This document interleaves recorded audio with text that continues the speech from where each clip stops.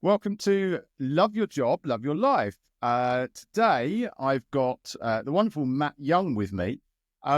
So Matt and I go back to, I almost want to say childhood sweethearts, Matt, but that's probably pushing it a little bit. Just a bit. So Matt and I knew each other when we were growing up, and very recently, actually, over probably the last 12 months, we've reconnected and really reconnected in a completely different way to what I thought we would do. So we both are hugely passionate about mental health. We're both spiritual beings. We were just talking about my shamanic drum and my singing bowls before we started. What we want to do today, what we'll probably do today is we're going to be talking very much around kind of mental health and how Matt works with people and helps, is an advocate of it, but also probably talking about some of the stuff that I do as well. So Matt, welcome to the podcast. Mate, thank you for having me on. And isn't it weird to think that all these years later, we've reconnected in what feels like a completely different life? Yeah, absolutely. Absolutely. And it was, we had the privilege of both speaking actually at a men's mental health conference that Horizon Consulting was doing. I want to say only this year then. Yes. It was last year. It was. It was 2024, which I know is going to be coming up again in April, I think. So we'll probably both be at that event as well. So I hope so. So Matt, look, you set up Who Needs Instructions. And rather than me tell everybody what it is, do you want to give an overview of kind of what is Who Needs Instructions and why did you set it up? Cool. I mean, this is where the old corporate training can kick in and go, have you got your elevator pitch? Have you got your sales pitch, your pitching pitch? Basically, in a nutshell, Who Needs Instructions was created to help men communicate better. Okay. Because I think men still have a bit of a stigma around me labeling it as mental health. Oh, I haven't got any mental health issues. I'm fine. So I talk about it as a communication side of things. Now, my background, when I look through my careers, there's always been a communication element to it. So out of school, I went into sales. From sales, I went into broadcasting. And from broadcasting, I went into social media marketing. So there's always been an element of communication running throughout my career. And I feel that if I have, without boasting, if I have one skill, it's the ability to communicate with everybody at all levels. Whether that means I'm a comedian or not, I don't know. Listen, if that's the skill I got in life, then I'm going to use it. And I'm going to use it with my peers. And that is a group of men, whether they be middle-aged, whether they be in their early 20s, who it seems to me still have troubles talking about their emotions. So I had this idea back in 2015, and this is, so it's 10 years ago. And I'm ashamed to say that Who Needs Instructions will be celebrating its second birthday in April. So, king of the procrastinators and trying to get this thing off the ground. And it was just at that time in my life, I was still a married man. I had stepchildren. And the idea was kind of around helping other stepfathers navigate being a stepfather. And it kind of evolved and changed. And then my marriage unfortunately broke down. And there was still this piece where I wanted to kind of help men communicate better, for want of a better phrase. And so it evolved. I hired coaches. Lockdown kicked in. But before lockdown kicked in, and this really nicely kind of links to the other side of what I do, through some self-development stuff that I was doing, living on my own in a flat in the centre of Exeter, I started to journal. I started to write about my thoughts and my feelings. And for me personally, revolutionary, it absolutely changed the way I felt about myself and drove me to go, right, well, you've been thinking about doing this Who Needs Instructions thing for several years now. Yeah. Get off your ass and get it done. And I had this brilliant coach at the time, and she said to me, I called her bluff because the divorce had finally finished and, the finances were settled and I had a little bit of money. And I said, do you know what I'm going to do? Because all my friends just said, oh, keep that. That's a deposit and you can go buy a house. And I said to my coach, I literally called her bluff. And I said, I'm going to take all of that and invest it in Who Needs Instructions. And she said, what a great idea. And I was like, shit. And here we are, probably 4 years later. Most of it is spent, but we're up and running. And I'm very happy that I took that decision. And I'm happy that she called my bluff and pushed me to do it. Yeah. And sometimes it takes that. I mean, so Engage to Succeed is a kind of a similar journey. So, um, I created the Engage to Succeed model 12 years ago, Wow. and sat on it and sat on it and sat on it and developed it. I used it in my life, as you do, as a way to test it. And I used it with my teams in my corporate world. And I did the same. It took me 10 years to actually go, right, now I'm actually going to do something with it. And best thing I've done, right? So I want to pick up on a couple of those things that you talked about there, Matt, because they're quite interesting. And when you talk about, and this is probably a fairly short question, which will lead into another one, but you mentioned about men opening up with their emotions, their feelings, communicating and talking about it. And obviously I've known you for many years and I've seen you do that. Do you think that there is and I don't want to age categorize this, but is it the older generation? Is it the middle generation? Is it the younger generation? Is it what generation of men are you seeing that are struggling with this? Is it a category or is it across the board? To generalize, and it is a generalization because everybody's an individual, everybody's a human being, and we're all completely different. Excuse me. But if we generalize, middle-aged men, 45 to 60, and yes, I'm going to put 60-year-olds in middle age because they love it when they do. But yeah, that demographic has potentially grown up with fathers who may not have been that emotional with them, may not have even told them they loved them, may not have even hugged them.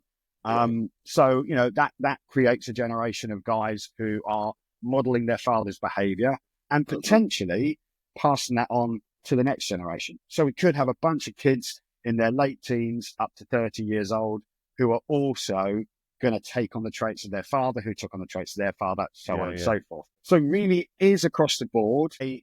You attract your crowd. So my natural audience has definitely become middle-aged men. But I'm doing a project at the moment that I'm working on, a research project, getting guys to be involved in research. And the age range is 18 to 25. So, I'm not exclusive of that. But cracky, working with my age group, it's just like working with your peers. So the good thing about that is I understand generally, again, how they're thinking and how I can help them. But unfortunately, it's across the board still. And I think you've got a younger generation coming through who are, for want of a better phrase, softer. And that's not a bad thing. But that softness, unfortunately, is also breeding a little lack of resilience as well. And that's why we're seeing, a mental health, what is being labeled as a mental health crisis creeping up on us. So, mate, it's not a good situation when you look at it like that. But there are definitely some positives. No, and lots of the stuff that I've been reading, because obviously I'm massively interested in it. I've been through the challenges like lots of people have, and I've got people that I talk to and share with, and part of my spiritual journey that I've been on. But the more I read about it, the younger generation coming through, the 16 to 24-year-old, are they boys? Are they men? They're transitioning to men, probably. One of the scariest populations, actually, because they know that it's okay to talk about it, but they don't know how to talk about it. And therefore they're becoming really lost with it and they're really struggling with it. And that's the group that are also struggling with the economic climate at the moment. I know a lot of younger lads that are struggling to get into work or struggling to find work. And that's also having an effect on them. So some of the stuff that you talked about, journaling, I'll come on to journaling in a minute, because journaling is something that I want to talk about, because it's a huge support for me as well, and I do it every morning. But what is it that Who Needs Instructions is doing? And you talked there about the research. Do you want to give us a bit more of an insight around what is that research? What's the aim of it? Where are you going with it? How's that gonna fit into Who Needs Instructions? Great question, by the way. And how deep do you want to go? But I'm very aware that because Who Needs Instructions is set up as a community interest company, which basically means it's not quite a charity, but it's definitely not a profit-making business. It's a community interest business. I can pay myself. I haven't yet, but I can pay myself. But, there's no profit in it. The profit all goes back into helping the community. Now I want to do something purposeful. So there's no clear business model, business plan, right? I'm going to do X to produce Y, or here's the end goal, and these are the things I'm going to do to work towards it. It's a really malleable feast. I want Who Needs Instructions to be able to go where it needs to go. So there was this project that crept up, and again, as a community interest company, you can look for grant opportunities to work with your audience. And there was a project in the Southwest. I live down in Exeter in Devon, and there was a project where they were working on getting different audiences involved in mental health research. And one of those audiences was men. And I said, oh, I can help that because I've got an audience of men and I would love to help you tap into my audience. And it basically evolved from there. This wonderful human being who I was very lucky to work alongside on this project, a guy called Tobit Emmons. He has the most amazing name. And, when I say to you he's called Tobit Emmons, he's just the most wonderful, intellectual, beautiful human being who actually, funny enough, he came to my dad's fruit last night, which was brilliant. Right. The most fantastic mustache. And he's the head of research for the local NHS department, whatever they're called, because they've got different names all over the country. But he's also a fellow at the university in Exeter. And his specific interest is getting more men involved in health research and specifically mental health research. Right. And the reasons for that is because there's lots of research that's done around mental health. And that's why we've got things put in place in community mental health partnerships to try and help people with that.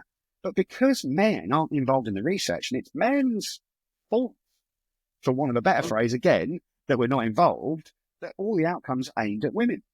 So he really is how can we engage men? How can we make it so that men want to get involved? So I've worked with him on a couple of projects already, and we're developing one around, it's creating a group, but it's creating a group and letting the guys know, look, there's an activity we're going to do in this group. Yeah. But at the same time, we want to get this group together so we can ask you some questions about mental health research. So we're just kind of being really honest and open about it. Yeah, we're not going to create a group, let's call it like men's sheds, which is fantastic for the retired generation. And those guys get there and they talk about their ailments and they support each other. That's just kind of evolved and happened. We want to create that for a younger demographic, but also going to say, by the way, we're also going to be talking about mental health and we might ask a few questions. I hope that's okay. But the way that his research is going, and, research is just an ongoing thing. You get a theory, you test it. And what he's figuring out so far is that and it goes against some of the stuff we're seeing, but you've probably heard of Andy's Man's Club or Andy's Man Club. And they all sit in a circle and they talk to each other. From the research, face-to-face stuff with guys is when we shut down the most, which is why I run walks. Walks sounds like an oxymoron, but I organise walks and we walk together. And the conversations I have with guys when they're stood next to me and don't have to look me in the face are much, much better than the ones we have where you're, say, in a counselling session, you're sitting opposite each other. Yeah. So, take your mate for a drive in the car if you want to have a conversation with him that's a little bit deeper. So that's the stuff I'm getting involved with, which is absolutely fascinating. And I'm really excited to see where that stuff goes. But at the same time, I'm still running breakfasts. I've got a very active WhatsApp group with my members. We do walks. I met a guy last night that wants to take us all bouldering. So it's also, and there's other sides to the organisation where what I'm seeing typically with the people that have radiated towards the organisation at the moment is, and I really hate describing it as this, but we have a lot of middle-class, middle-aged men who are members, okay? So the world or society looks at them and go, well, they've got their stuff together. They're doing just fine. They've got a really nice house. They're married. They've got kids. They've got a great job. Everything's peachy. And let me tell you, generally, hopefully that is the case. But there are a few of those guys who actually feel quite lonely because they're trying to find their peers, other people that are in similar situations to them, or they're too much into their work. And it's those guys that have kind of gently sort of found themselves coming towards being members of Who Needs Instructions. And again, I didn't design that. That's just the way it has evolved. So there's lots of different sides. I also work with rough sleepers. I work with the homeless, so, there are different areas to the organization. It's not exclusive apart from I want to help men. Yeah. And so sometimes, and I do quite a lot of work with the corporate world, and I've spent most of my working career in the corporate world.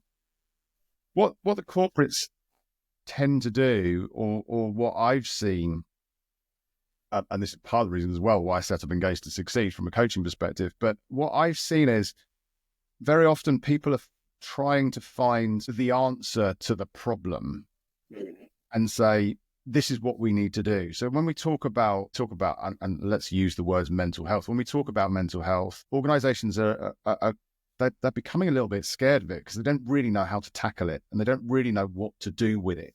Because someone says, I've got a problem. And if I think back to kind of the years where I was depressed, I'd never say I was depressed, but I was depressed. And now I look back on it, absolutely, I was in a very dark hole. That wasn't necessarily my company where I was at the time. It wasn't necessarily their responsibility to sort it out. So what I see is organizations are looking for a solution. They're looking for an answer. Employees are sitting there going, I've got a problem, but they don't really know where to go. So what you have been talking about is actually, and this is what I talk about from a love your job, love your life piece. Actually, do you believe it's the individual has to almost start the process? They have to identify that I need some help. They've got to identify that they might have some depression, or they might be lonely, or they might be struggling with work, or they're overworked, or they're about to burn out, whatever it might be. Where does it start? Is it the individual? Is it the organization, manager, boss? Who would you say has to start that process and create the environment? Listen, it's great if the company, the organization, your line manager, your CEO, if they start it, but everything comes from within. Everything comes from you. I wrote a piece for a charity I work with, and I wrote a piece for their website about 5 tips for good mental health at the beginning of 2025. And I think if we're really honest with ourselves, deep down, we either know we need to make some changes or we know what changes we need to make. Yeah. And it's just about that. My 2 words are brutal honesty. Brutal honesty with yourself. Yeah. And that, without jumping to the journaling, that's what I discovered through journaling. So, I could have what could be seen from the outside as the best job in the world, but I go to that job every day and I'm like, put it this way, my wonderful partner has, like you, had a 30-year career in corporate. And eventually I convinced her, because she started this journey into the nutrition side of things. And I said, give up your job, train to be a nutritionist. Because I used to watch her on a Sunday night, dip, dip, dip, dip. And her mood and her, it just became angry and uptight. You could see her shoulders go like that. And funny enough, she used to do a bit of work from home, stood right here, and I'd walk past and I'd hear her having conversations. And then the Zoom call or the Teams meeting would end and she'd go, oh. And I'm like, you don't have to go through that. You really don't. Yeah. And I'm not talking about her. I'm talking about you watching right now. You don't. And I will sing your praises, James. You are there to make sure that people do what they love. And I had the most wonderful career in radio. Getting to get up in the morning and become a breakfast show host and try and make people laugh between 6 and 10 in the morning. Brilliant job. Absolutely loved it. I could have chased that career a bit more. But if I'm honest, it wasn't my purpose in life. Yeah. And I knew my limitations. The guy that got the job when I got made redundant was a much better broadcaster than me, who's become a really good friend of mine. And you should listen to him on Radio X. His name's Matt as well. But, if I was really brutally honest with myself, I could do the job, but there were people that could do it better than me. So it wasn't where I needed to be. And that, the journaling and discovering myself and writing about myself and being honest with my thoughts and feelings helped me find what I wanted to do. Yeah. And here we are doing it. Yeah, so, honestly, it's brutal, but it comes from within. Your company can help you, but you are the only one that can make those changes. Yeah. And look, I totally agree. Everything I talk about is exactly the same. It doesn't necessarily have that lens of mental health about it, but I've seen it. I've worked in the corporate world, and just yesterday I was in London, and you get on the train, and I left London at 6 o'clock, and I was on a train. Ooh. I was looking around the carriage, and I actually went, I'm not going to look around the carriage. I'm going to kind of just put myself in my own little world, because I was picking up all of this negativity around, oh, what a day I've had. Oh my God, I'm not going to get home till 7:30, 8 o'clock. I got home at 8 o'clock and I was absolutely buzzing, right? But there are so many people out there that are struggling, that go, why am I doing this? They fall into a trap of, the reality of this world says you must earn this money, you must have a house, you must have a car, you must do this, you must do that. And in actual fact, when you strip it back, if you are and I love those brutally honest, I might use those. When you are brutally honest, you sit there and go, actually, what is important to me? And half the time, when I think back to my depression or I think back to my issues that I had, the only person that could solve that was me. And I had to do something about it. Now, I didn't journal. I went to the extreme and ran around the Isle of Wight and did, on Christmas Day, went out and did a 20-mile run because that's what you do, right? It's what worked for you though, didn't it? It's what worked for me, but it doesn't work for everybody. So let's move it forward. You touched on the journaling. I love journaling, and journaling is I do quite a lot of meditation, and people go, well, how do you meditate, James? And I'm like, well, it's a process and you have to close everything down. But lots of people struggle with journaling because you get a pad and you open it up and you go, right, I'm going to journal. Where do I start? You talk about it really helped you. It helps me, but why does it help? What is it? I'm guessing there might be some science behind it, Matt, that you might be able to share. But what is it about journaling that really helps people to open up? The simple answer is what happens when you write something down that you're thinking about is you start to process it differently. So you're externalizing. You're taking that thought that you've been ruminating on that's potentially just spinning around inside your head, going nowhere. Typically, we get a thought, and that is our thought. Yeah. Some people, because like you said, you went on crazy runs and that helped you. I wrote in a journal that helped me. Journaling isn't for everybody, but what happens is if you have that head that can't release those thoughts or just keep procrastinating, ruminating, it's spinning around, you write it down and you're almost verbalizing it. It is a form of therapy where you're talking to somebody else. And any therapist will tell you most of therapy is done from a point of view that you just allow people to fix themselves. It's autonomous. Yeah. And what the process you go through, this dark thought you had, you write it down there and you go, oh, crikey. I've read my journal from the day before and gone, Jesus, is that what I was thinking yesterday? Again, it's brutally honest. And there was a light bulb moment for me in my journaling. So when I started it, I was attempting to run a successful digital marketing agency. Wasn't a passion, so I just did it because I wanted to try and make some money. Yeah. And anyhow, so I had this brain that was filtered because I was marketing on behalf of other companies. Companies hired me to do their social media marketing for them, SEO, that kind of stuff. So I'd write all this lovely stuff that made them look fantastic. And of course, that just came into my brain. I'd be writing about my thoughts and feelings. And I remember writing this paragraph and I immediately read it back. And I just went, that's absolute bullshit. That's not what you really, really think. So then I wrote below it what I really felt at that time. And that was that brutal honesty. That was that ping. I wrote that down. I was like, that's exactly how I feel right now. And it's not necessarily a positive thing, but it's the truth. And that process, and there are some different tips and techniques that you can use. And remind me to tell you about morning pages because my memory is terrible. But what happens is you start to learn that you can process through trauma that you've been through. I went through a divorce, and most people, I guess, would assume that when you do that, you can write about the other person and go, she's a cow, she's a bitch, she did this, she did that. And yes, I wrote stuff about my ex-wife. But the stuff that really worked was when I wrote about myself. I've got no control over this other person. Yeah. I've got full control over what I do, over my actions. And I can only control that in this enormous world that we live in. This is the only thing I have. I have some control over. Sometimes, stuff takes over. So and what I did is I learned who I was. And I always sounds quite righteous and, well done, Matt. But I found purpose. Yeah. And my purpose is now not to be a radio presenter, not to be a car salesman, not to be a digital marketer. My purpose is to try and help my community. And I did that because I wrote about how I felt and I was honest with myself.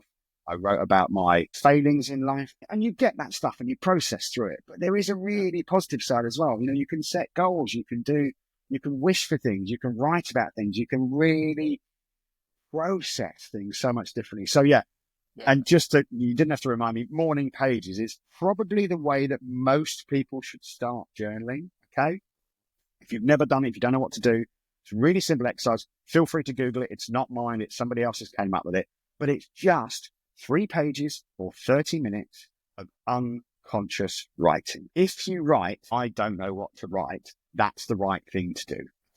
You literally just go, right, I'm going to sit here for 30 minutes and write some stuff down because I don't know what I'm going to be writing.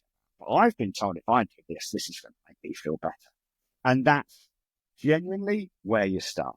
But I promise you that we're all thinking about stuff. So I prefer what I call the brain dump method. Take all this stuff going up inside here, which potentially is stopping you from sleeping. It's causing you stress. Take that out of there, put it on a piece of paper. I promise you, you'll lighten the load. You'll relieve the stress. Even if you write to-do lists. I love a to-do list because it takes all that stuff you've got, must remember. And I put it down on a piece of paper. So, there are dozens and dozens of tips and techniques and prompts to get you going. But if you just want to start, take out whatever's in your brain. I'm thinking about this, right? I'm thinking about shopping. I'm thinking about my marriage. I'm thinking about my job, and write that stuff down and just start. Yeah. It is so powerful. So my approach is I tend to do a little bit on how am I feeling and what maybe about yesterday or something that went well or whatever it is. I also use it for manifesting. So I write down. That's the word I couldn't think of just a minute ago. Thank you. So I write down, what do I want? How do I get it? And what do I need to do today? And it's those 3 things that say, this is what I want. Successful business, move to Portugal, have a space, freedom, whatever it might be. How do I get it? I take every day at a time. I think about the business from a conscious perspective, and I listen to my intuition as to what I want to do, and that's where it comes from. And then that helps me to write down what do I need to do today. And it's almost the intuition that comes through, because by the time you get to that point, you're kind of thinking about, actually today I need to do this, this, this, and this. So I love the 30 minutes of just writing whatever comes into your head. And you can guarantee most people go, I have no idea what's in my head. And then by the time you get to the end of 30 minutes, you're like, frantically still writing. It's exactly what happens, James. It really is, honestly. The important part about a journal entry is the ending. Because if you have spent 30 minutes and you've found some stuff inside that's quite difficult to write about, you need to try and make a habit out of this. Habit stacking is a brilliant, brilliant way of doing these things. Atomic Habits, read their book. It's brilliant. But it's about how do you finish it off? And you've got to try and finish it off on a positive. Otherwise, why the hell do you want to come back and do that again the next day? Yeah. So those 3 things you're grateful for is a really common tip. Like you, I write 3 things I'm grateful for. I then made up my own word. It's called, and it's a weird word, so bear with me. It's called yesterday, which is yesterday's success. So I write yesterday down because I journal first thing in the morning. Yeah. So I say, in other words, what went well yesterday? Yeah. And that can some days be, I got out of bed. Yeah. Because that can be a win in some people's lives. And I've written that. I've definitely written that. I then write, what am I looking forward to? Yeah. And I then I'll complete the sentence, I want to attract ... And that has been people, that has been financial figures, that has been all sorts. And the manifesting, people go, oh God, if you write about it, you can manifest this stuff into your life.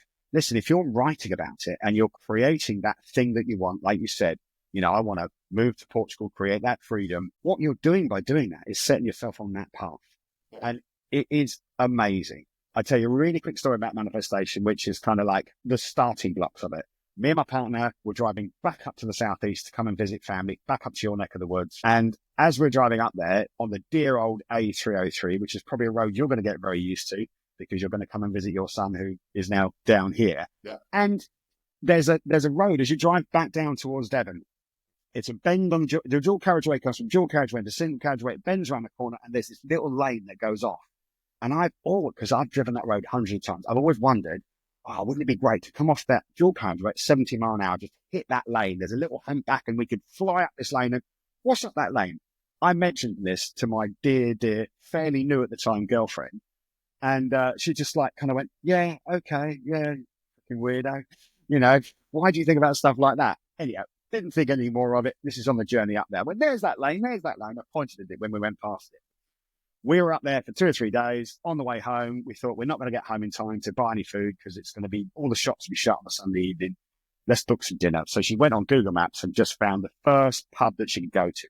And guess where that pub was? It Down was that up that lake. flipping lane. I've got that little humpback bridge, and it was absolutely brilliant. Found the most amazing pub, had a brilliant chat with the people in there. The food was fantastic. And if you ask me, I manifested that on the way up there by pointing it out. It just, I don't know how it works. And there are a lot of people who believe in manifestation. A lot of people try and teach it, but just believe in your heart and soul that there is some weird shit that's going on and it can point you in that direction. So write down that stuff you want to create in your life, please. Yeah. It's crazy. It is crazy. And look, we could probably, as we usually do, we could probably sit here and talk for hours, because suddenly I've also then had another thing that's popped into my head around breath work that we're talking about, and how the impact breath can have on stuff. I think probably that could be episode number 2 with Matt Young coming Thanks, up. man. But look, there's been some really interesting stuff here, Matt, and you know that I'm hugely passionate about this, and this is part of the reason for Engage to succeed. I think the sentiment I've had from this discussion is that most of this work, whether it be journaling, whether it be communication, whether it be mental health, whether it be career, and whether it be love your job, love your life, love your job, whichever way round it is, the one thing that always stands out for me is this, that it starts with the individual. And if the individual, and if you're listening to this and you're thinking, I need to do something, the 2 words that I've taken from this 35 minutes of talking to you, Matt, are brutal honesty. It's a really hard thing to do. And if you haven't done it before, and it's the first time you're doing it, it can be tough. But the more you do it, the easier it becomes. The easier it becomes, the more impact it has. The more impact it has, the easier it is to love your job or love your life more every day. So that would be the thing that I've taken from this. Matt, 30 seconds, what's the best bit of advice that you can give anyone that's listening to this? The best thing that ever happened to me through my journaling was that I figured out who I was. I had been trying to play a character for most of my life, living up to what I thought were societal norms, trying to be a successful businessman. It definitely didn't help my marriage, and I am now just me. And what happens when you become you, you attract like-minded people to you. There's no doubt in my mind that you came back into my life for a bloody good reason, Mr. Lambert. So isn't that wonderful? Alan, who ran the Horizon Counselling Conference, has come into my life. His friend Tony, my friend Paul, the 4 of us meet up. We're proper woo-woo geezers. And, you know, I like a pint and I swear like a trooper, but I also meditate. I write in a journal, and I want men to be open and honest with their feelings. We're normal fellas. We're just able to talk about the stuff that goes on inside our heads. I encourage every man to do it, because every man wants to do it, just thinks that society says he shouldn't do it. Yeah. And look, anyone that's struggling, anyone that needs help, Matt's got Who Needs Instructions. What I will do is I'll put all of the links in the comments. So if you want to get hold of Matt, if you want to talk, then you can get hold of him. Likewise, I'm here as well. I'm always here to support and help people. But Matt, it's been an absolute pleasure. I knew this would go like that. I knew that we'd have some interesting discussions. So thank you very much for joining, and I hope everyone that's listening has enjoyed it. Links in the comments, and Matt, we will catch up soon. James, I love you, brother. Thank you very much. Thank you.